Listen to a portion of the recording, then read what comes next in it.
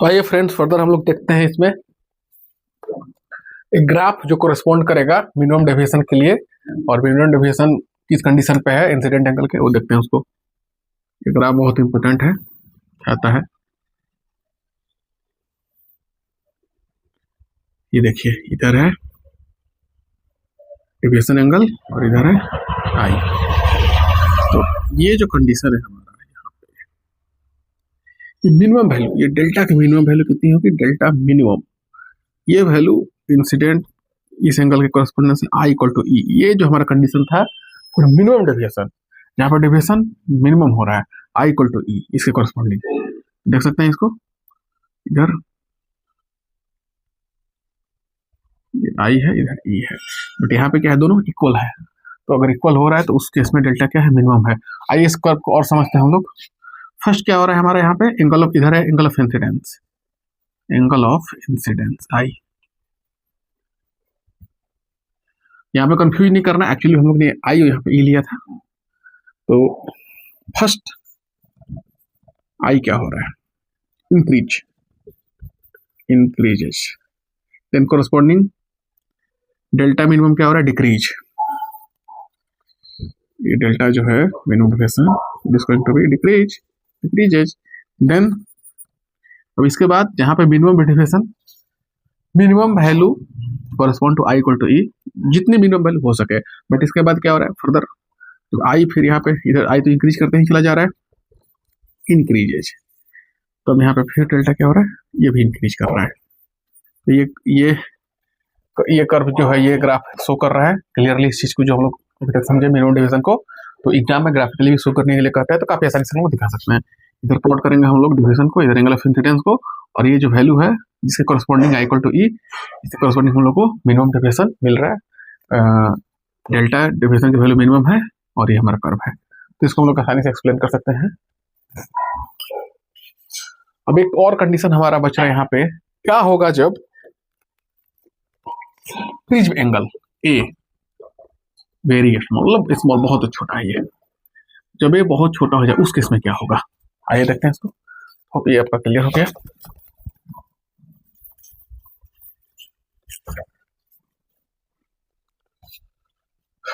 ये क्या है यहाँ पे, रिफ्रैक्टिंग एंगल,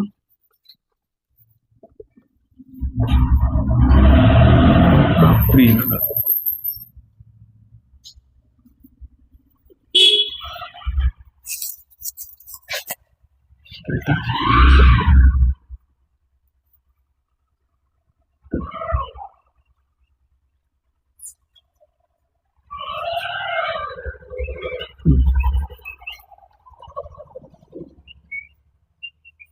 ये बहुत छोटा है, करीब करीब 5 डिग्री के अप्रॉक्स।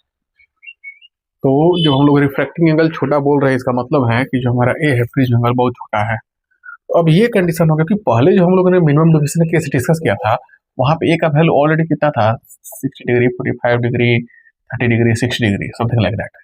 बट यहाँ पे तो एंगल ऑफ प्रिज्म बहुत ही छोटा हो गया। तो क्या इस कंडीशन में क्या होगा, तो आपको पता है when theta is very small, तो साइन थीटा को क्या करते हैं, हम लोग रिप्लेस करते हैं थीटा से।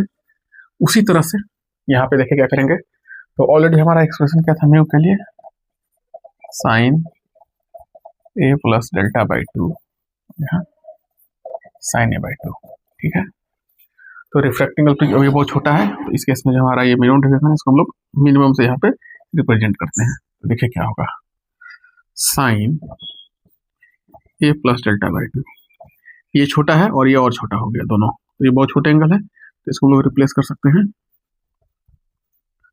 ए प्लस डेल्टा मिनिमम बाई 2 से, एंड साइन ए बाई 2, इसको फर्दर हम लोग रिप्लेस कर सकते हैं ए बाई 2 से। बस अब इनके जगह पे हम लोग को ये वैल्यू लेनी है, और हम लोग रिलेशन देखते हैं रिफ्रैक्टिव इंडेक्स और एंगल ऑफ मिनिमम डेविएशन में क्या आता है रिलेशन, देखिए।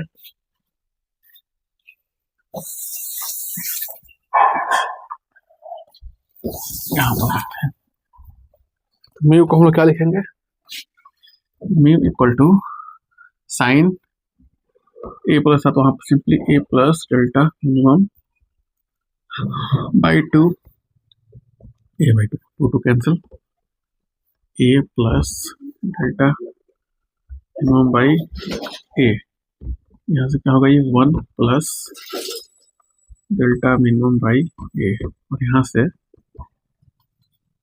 डेल्टा मिनिमम बाई ए आएगा म्यू माइनस 1।